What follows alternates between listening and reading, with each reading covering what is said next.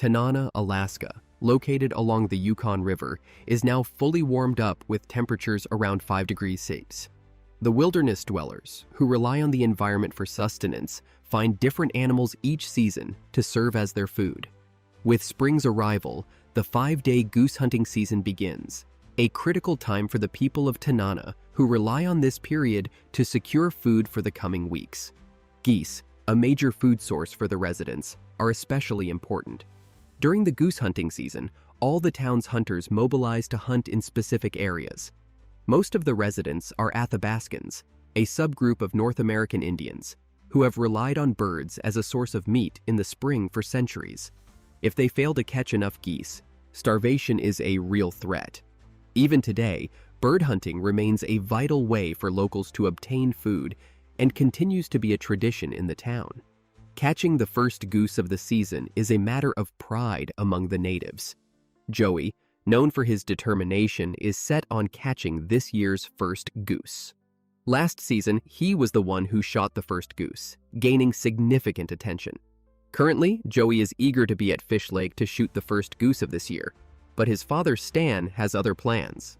Stan prefers to travel to Fish Lake by dog sled, which is steady but not suited for the muddy snow.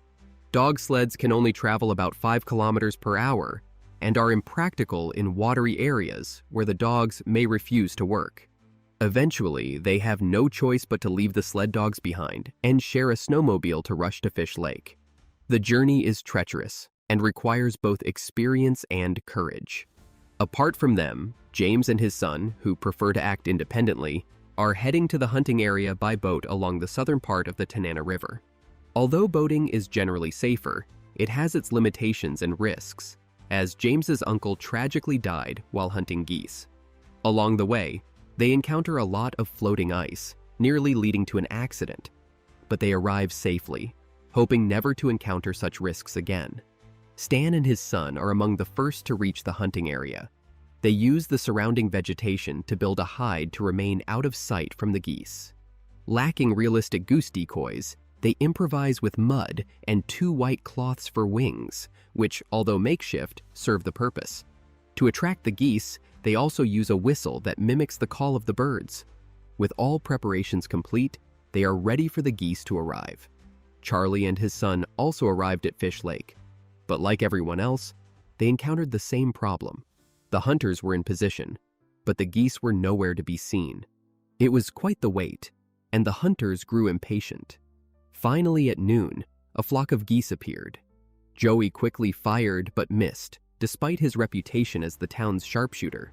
Then, somewhat unexpectedly, Stan, whose shooting skills are modest, pulled the trigger and miraculously made the shot, claiming the first goose of the season. Although Joey was disappointed, at least the prize didn't go to someone else. Hitting a flying target is challenging, so this was no small feat. On Charlie's side, they had a bet. Whoever hit the first goose would have the other pluck and prepare it. Charlie, skilled and experienced, unsurprisingly won over his novice son, Bob. Along the Yukon River in Tanana, all the town's hunters participate in the 5-day goose hunting season. Stan's success in claiming the season's first goose is a proud moment for the town. However, they didn't encounter a second goose by sunset. After the hunting season, Stan needs to retrieve the 250 traps he had set, as per regulations, so he and Joey will head home together. Tomorrow, Stan will collect the traps, and Joey will continue hunting geese. The succulent Canadian black geese are crucial for their sustenance over the next few weeks. This year, the early thaw made things more complicated than usual. On the second day of the season, James, who prefers to hunt alone, started hunting with his 14-year-old son Sith, maintaining the Athabascan tradition. In this community, failing to hunt in certain ways could cost them their indigenous status. Every father wishes to pass all his skills to his child, and James is no exception. They hid in a blind and attracted 2 geese with a whistle. Unfortunately, Sith missed. Hunting flying game tests precise shooting skills and anticipation, which is quite hard for a 14-year-old. With 4 other hungry children at home, the stakes were high. If they didn't catch any geese, there would be nothing to eat. Then another wave of geese drawn by the whistle approached. Sith took aim and shot. not letting his father down this time, and successfully bagging his first goose. This hunting success boosted Sith's confidence, making him a likely candidate to someday teach his 4 younger brothers to hunt. Joey returned to Fish Lake today, but this spring has been bleak. Not only is the melting ice a danger, but there are also few geese. After half a day, Joey managed to shoot only 3 geese. Seeing the ice cracking and water rising, he decided to go home. It wasn't worth risking his life for a few geese. Charlie and his son, after a long wait, finally encountered a flock of geese. They shot quite a few. Charlie is an excellent marksman, and Bob hopes to match his skill one day. However, shooting skills come from years of experience and cannot be mastered overnight. To catch up with his father, Bob needs relentless effort. Just as they were pleased with their hunt, a loud cracking sound came from the lake. The ice was breaking. They had to run or risk their lives. Charlie and his son wanted to bring home more black geese, but the ice acting as a road suddenly began to fracture massively. They ran to their temporary camp at top speed, packed their gear into their vehicle, and rushed home. It was a race against time and for their lives, where only winning was an option. At this time, the temperature had reached 12 degrees C. Many areas had deep puddles, and invisible ice holes could trap anyone falling in, with no hope of getting out.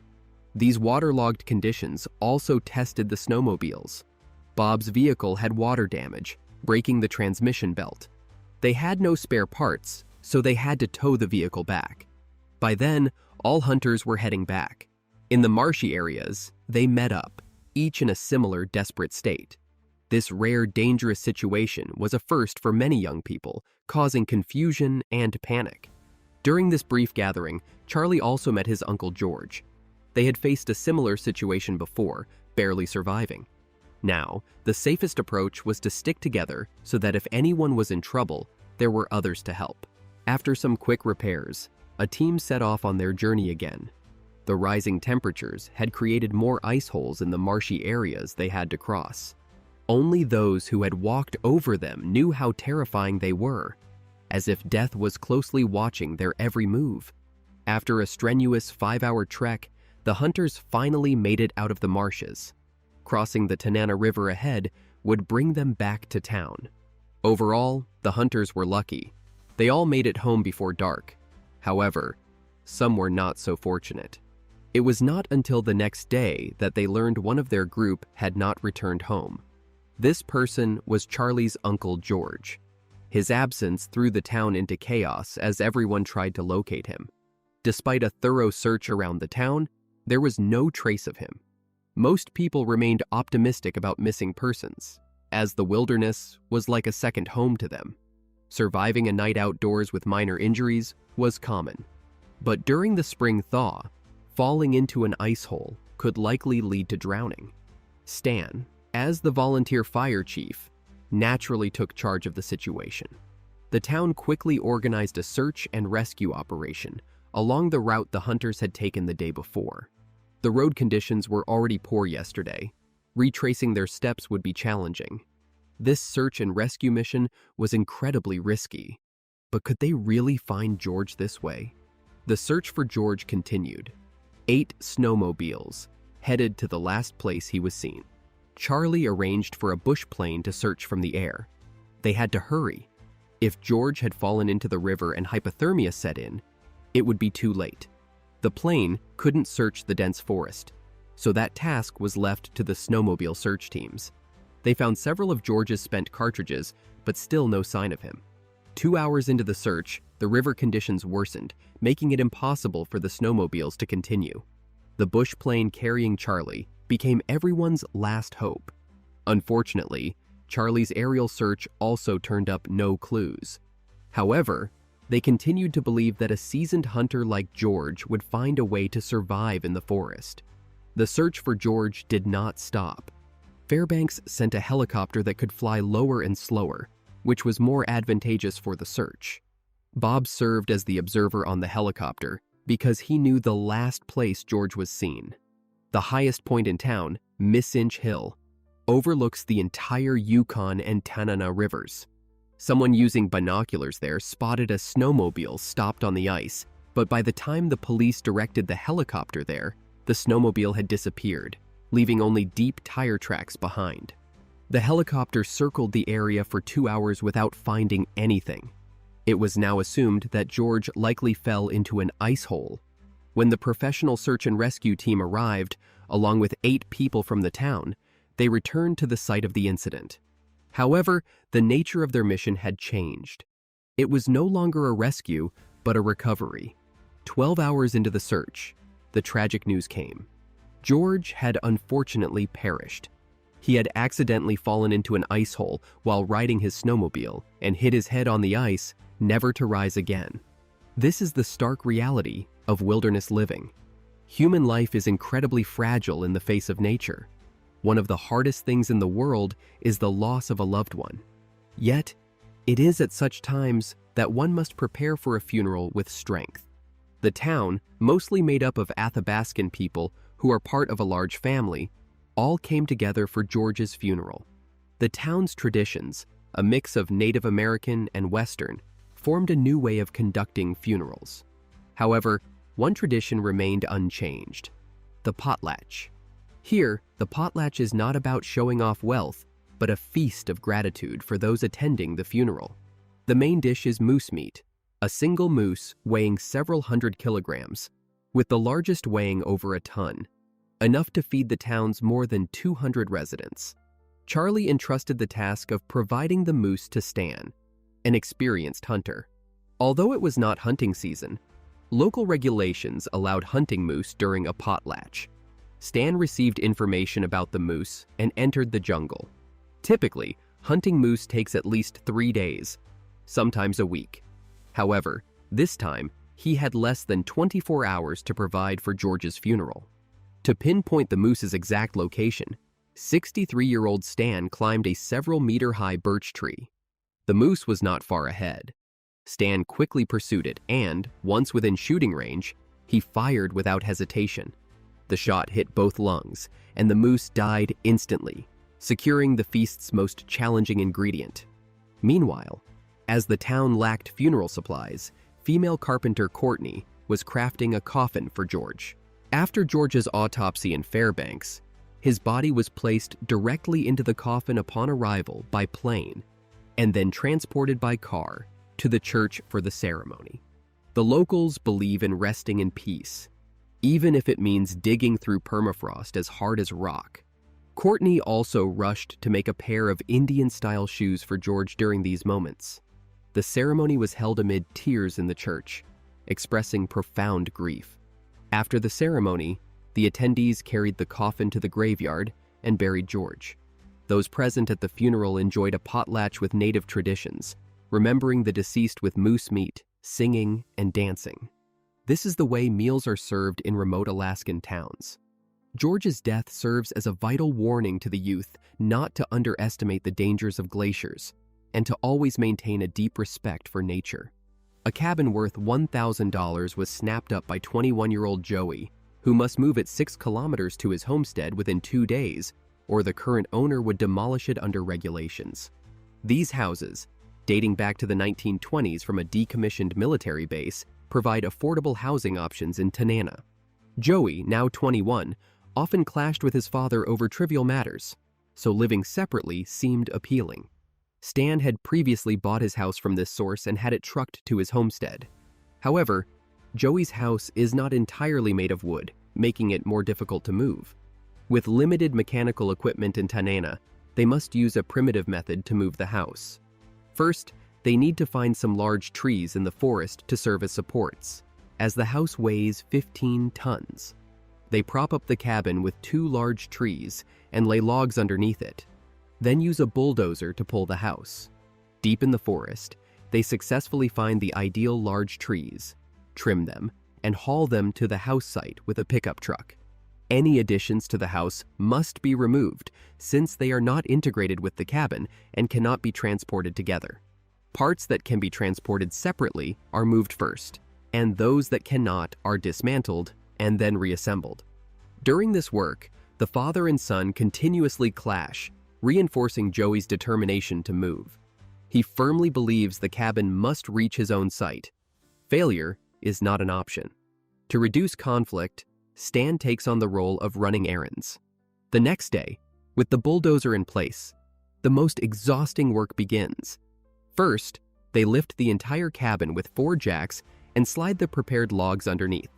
Whether these logs can support the 15-ton house remains uncertain. As the jacks are slowly lowered, the logs bend slightly but hold up. The first phase is successful. The next step is to drag the cabin away from the site with the bulldozer, a critical step as improper handling could cause the house to collapse. Luckily, they successfully detach the house from its foundation. The effort is challenging, but a collective success. Now they must tow it for 6 kilometers to reach Joey's site. Barely 100 meters into the journey, they encounter a new problem. A cable blocks their path, with 3 7,000-volt high-voltage lines above. If not handled properly, it could be dangerous. Joey volunteers to clear the line, but Stan worries whether he is up to this risky task. In his father's eyes, Joey is still a child, no matter his age. But Joey has grown up and can handle such problems on his own. Thanks to Joey's efforts, the cabin successfully passes the electrical hurdle. The remaining 6 kilometers will take at least 8 hours at their current pace, but it ends up taking 9 hours. Finally, the house is safely placed on Joey's own site. Joey finally has his own house, and his father is genuinely happy for him. A little repair, and the house should be good for decades. In Tanana by the Yukon River, the weather is getting hotter. The meat stored for winter has spoiled and rotted. Bears can smell it from 5 kilometers away, so the waste must be discarded for safety. The dump is built 3 miles from the town to dispose of the foul-smelling garbage. Suddenly, at the dump, Bob spots a bear above him and realizes he rushed out without his gun. He is so scared that he nearly wets his pants. He jumps in the car and drives off quickly. In the past 10 years, there have been nearly 20 fatal bear attacks in Alaska. It's usually Charlie, Bob's father, who deals with dangerous animals in town. He once killed a lone wolf, but this black bear is at least 10 times larger and far more dangerous. A child encountering it would likely not survive. Bob is criticized by Charlie for not carrying a gun.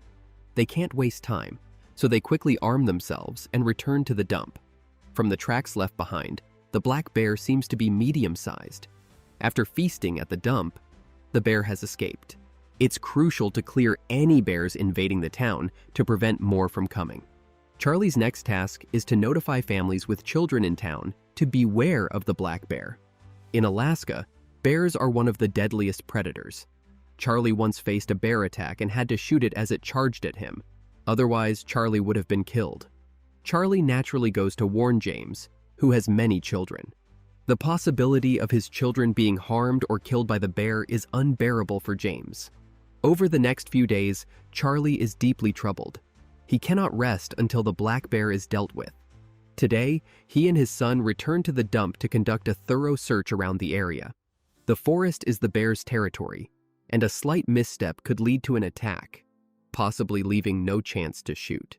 They follow the tracks deep into the forest, where garbage strewn around and deer bones picked clean by the bear are found. This time, the father and son were very nervous during the hunt. Even with a shotgun, humans stand little chance in a head-on encounter with a bear.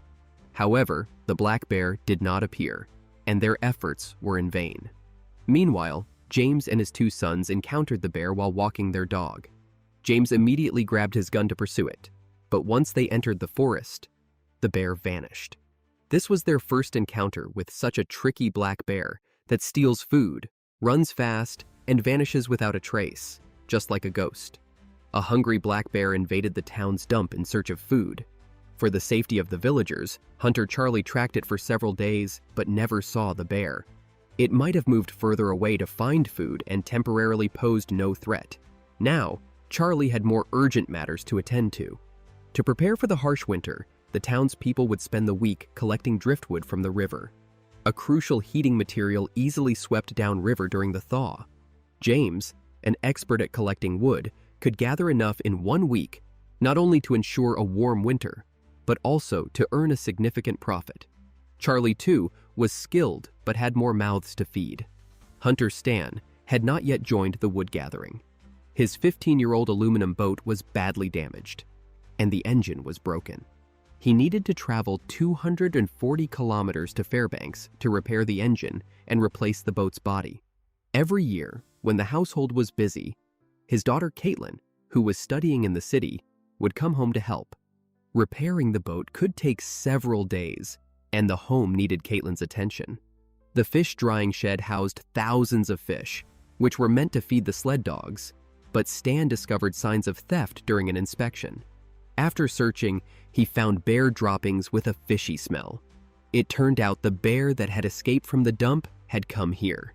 Stan had to leave for several days to repair his boat, leaving only his wife and daughter at home.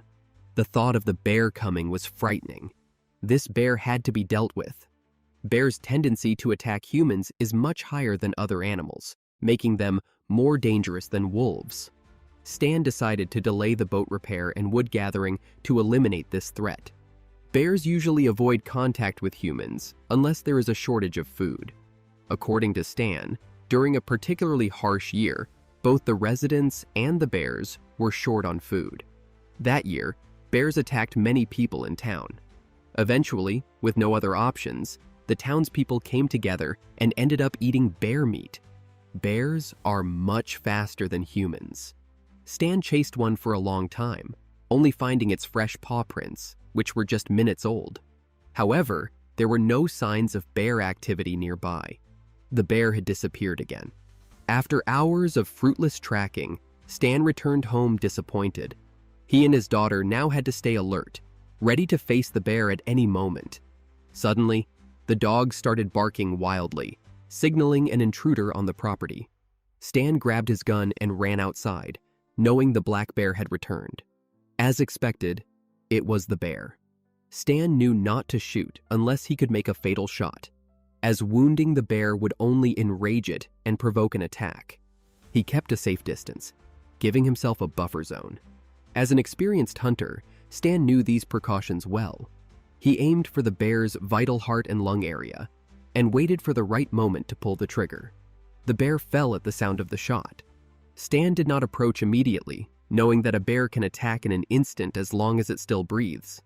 Once it was dead, the relieved Stan, breathing heavily, was finally happy. The bear's skin, claws, and skull were worth approximately $2,000.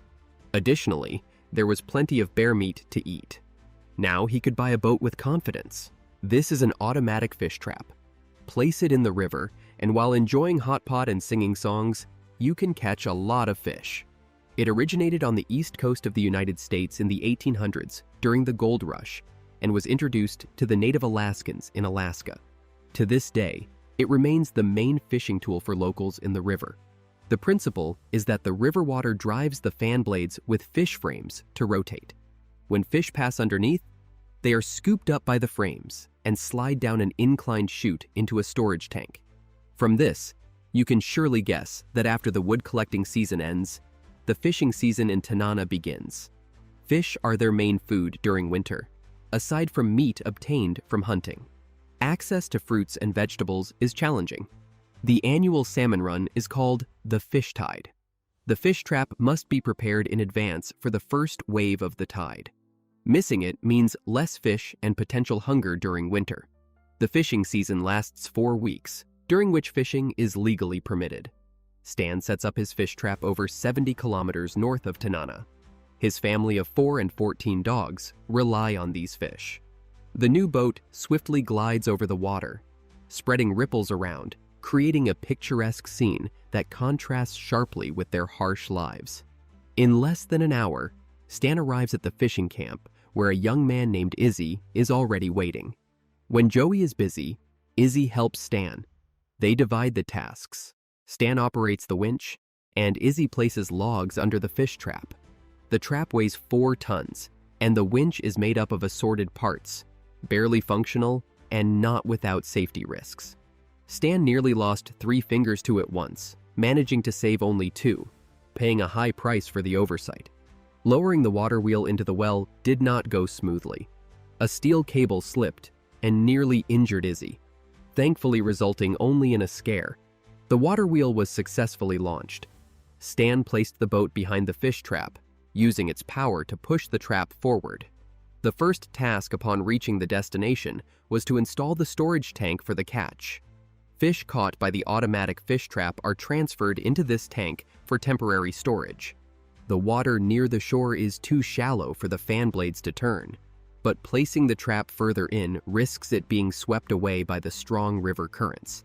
Stan secures the trap at the shore with a steel cable and uses 2 logs, each over 10 meters long, to span from the shore to the water wheel. One end of each log is fixed to the water wheel, and the other is anchored to the shore with stones, allowing the wheel to stay stable in deeper water. However, improper handling could cause the water wheel to collide with riverside rocks, causing damage. Any necessary repairs would delay much valuable time. Experienced operators like Stan usually avoid such basic errors. They successfully pushed the water wheel into deeper water and now just waited for the catch. After a day of waiting, Stan returned to the fish trap, excited yet anxious. The storage tank could be full of fish or completely empty, much like opening a mystery box. With one sweep of the net, dozens of fish were scooped up, but Stan was not pleased. These small white fish, known locally as white salmon, are typically used for dog food. The people of Tanana only eat king salmon. Without catching king salmon, everything else counts for nothing. Although the automatic fish trap is convenient, whether it catches fish is still up to fate. This fishing season has been particularly challenging for the Moore family. Last year's automatic fish trap broke, and despite searching among the abundant driftwood in the river, they couldn't find suitable materials. Eventually, they had to buy some from James to complete their supplies. After 5 days of construction, the frame was finally ready. The last component needed was the fishing basket, which required the use of a rare local tree, the North American larch. This type of wood can achieve the necessary curvature without the need for steam heating, provided it is bent with the correct force. Thomas Moore, however, had not yet mastered this technique. He applied too much force and snapped a valuable larch, earning a scolding from his father. They had no choice but to search the forest for more larch, wasting precious time and risking missing the first wave of fish. Fortunately, they found a few suitable trees. By this time, most fishermen had already set up their automatic fish traps. The Moores had to work non-stop to catch up. Learning from his previous mistake, Thomas was more careful this time, and they completed 2 fishing baskets. They called in some helpers to assemble the baskets with the earlier frame. Courtney Moore, who had been learning carpentry from her father, also helped. She served as the peacemaker in the family, preventing conflicts between her father and brother. The water wheel was finally completed and ready to be set up in the river for fishing. The family's sustenance, along with food for dozens of dogs, depended on this fish trap. Their fishing spot, located 15 kilometers north, was a carefully selected area by Moore, where they usually caught large amounts of king salmon.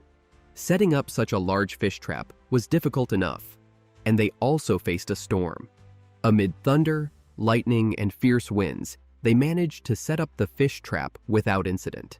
A day later, the Moore family returned to the trap. Whether they would go hungry in the winter depended on its success. Unfortunately, luck was not on their side. The trap contained only a small whitefish, a severe blow to the Moore family. They exchanged looks of despair as pessimism began to spread. The problem has not yet been resolved. A change in local policy has pushed this family to the brink. Due to the newfound emphasis on protecting migrating salmon, the 4-week fishing season was abruptly canceled, with reopening times still to be determined.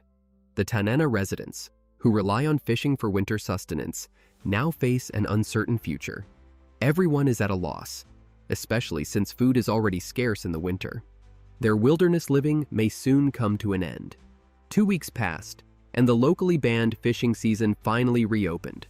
However, this time it was only for 18 hours. Although significantly reduced, it was better than nothing. People hurried to prepare for this hard-won fishing season, including the Moore family, who had been raising dogs for generations. They depend on the river for free dog food, which is crucial for their survival. The automatic fish trap had been placed in the river for 2 weeks, and drifting deadwood had caused it to malfunction. Moore asked his children, Thomas and Courtney, to check and repair the fish trap. However, Courtney was skeptical about the 18-hour window. She believed that instead of relying on this year's poor fish yield, it would be better to hunt a North American caribou, which could provide 100 to 240 pounds of meat, enough to feed the family and dogs for about a week. There was much to do at the fishing camp, and her father and brother were unhappy about losing a helper, but Courtney was determined. She promised her father she would return to help right after hunting. The family parted on uneasy terms. Courtney wasted no time and quickly joined her 3 best friends. The 4 women headed north along the Alaskan Trail in Tanana, a common area for caribou.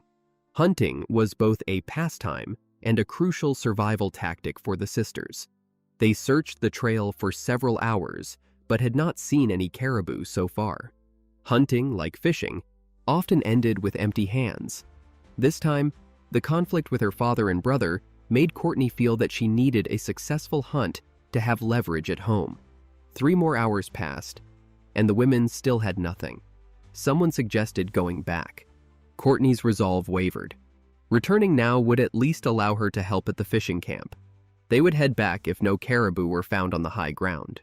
Just as they were about to give up, a companion suddenly spotted a caribou. Courtney hurried after it but couldn't keep up, watching helplessly as the prey disappeared. Frustrated, she returned to the high point, hoping for a second chance at spotting a caribou. Waiting can be the ultimate test of one's resolve.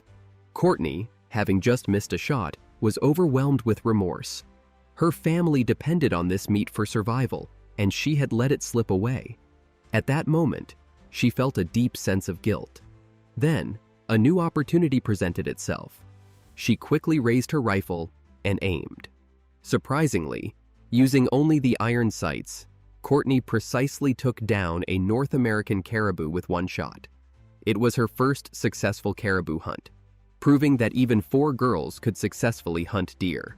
After discarding the entrails and loading the animal onto the truck, the group joyfully returned home.